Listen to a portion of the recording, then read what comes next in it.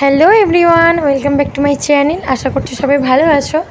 আমরাও খুব ভালো আছি। তো বন্ধুরা, অনেক দিন পর তোমাদের সামনে আসলাম, প্রায় 10-12 দিন হয়ে গেল আমি কোনো ভিডিও আপলোড করতে পারিনি। তো তাই ভাবলাম চলো আজ থেকে আবার স্টার্ট করা যাক আমার জার্নি। যেরকম আমি রোজের ভিডিও দিতাম সেরকমই রোজেরই ভিডিও দেওয়ার চেষ্টা করব আর দেবো।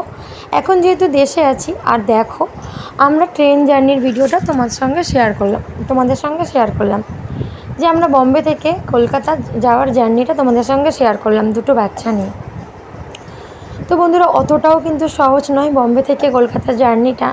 প্রায় আমাদের 2.5 দিন লেগে যায়। আর ট্রেন লেট থাকলে আর তো কি বলবো নেই। ট্রেন প্রায় 10 ঘন্টা লেট ছিল আমাদের ট্রেন। আর এই ছোটো বাচ্চা কাচ্চা নিয়ে বুঝতেই পারছো 10 ঘন্টা লেট মানে কতটা কষ্টকর এই গরমের মধ্যে।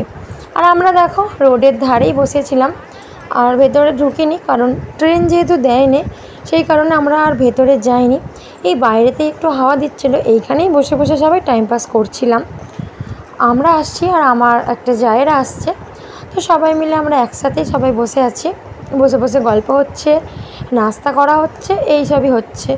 আর এই যে দেখো, এই সবে মাত্র ট্রেন দিয়েছে, কিন্তু ট্রেন এখনও ছাড়বে না। ট্রেন এখন অনেক লেট, প্রায় 10 ঘন্টা লেট।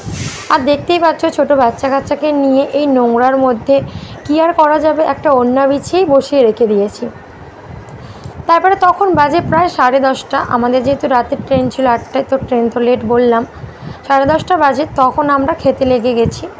তো রাত্রেবেলা সবাই তো রান্না করে নিয়ে আসছিলাম, সেই সব খাওয়া দাওয়া করেই আজ তখন প্রায় 1টা বাজে ট্রেন ছেড়েছে। তখন দেখো খাওয়া দাওয়া করে শুয়ে পড়েছিলাম। তারপরে আবার সকালবেলা 11টার সময় ঘুম থেকে উঠে নাস্তার সব জোগাড় করা হচ্ছে। তো বাড়ি থেকে নিয়ে আসছিলাম শসা, পেঁয়াজ, কাঁচা লঙ্কা, মুড়ি, এই সবগুলো তো আনার দরকার, চানাচুর। আর দেখো ট্রেন থেকে নেওয়া হয়েছে একটা বড়া পাও নেওয়া হয়েছে 3টে, আর 2টো সমোসা। তো সব কিছু একসাথে পুরো মিক্সড করে মাখিয়ে নেওয়া হচ্ছে। আর এই যে আমার হাজব্যান্ডই সব মাখাচ্ছে। আর এই যে এখানে দেখো মুড়ি ঢালা হচ্ছে, আর সবাই মিলে একসাথেই খেয়ে নেবো, কারণ এখানে তো আর বাড়ির মতন নয় যে যে যার সে তার থালা নেবে। এখানে একটা থালায় আনা হয়েছে, এখানে একসাথে সব কিছু মাখিয়ে নিয়ে খেয়ে নেব। আর এই ট্রেন জার্নিটা যে কতটা কষ্টকর, ছোটো বাচ্চা কাচ্চা নিয়ে যারা ট্রেনে জার্নি করো তারা অবশ্যই বুঝতে পারবে যে এটা কতটা কষ্টকর।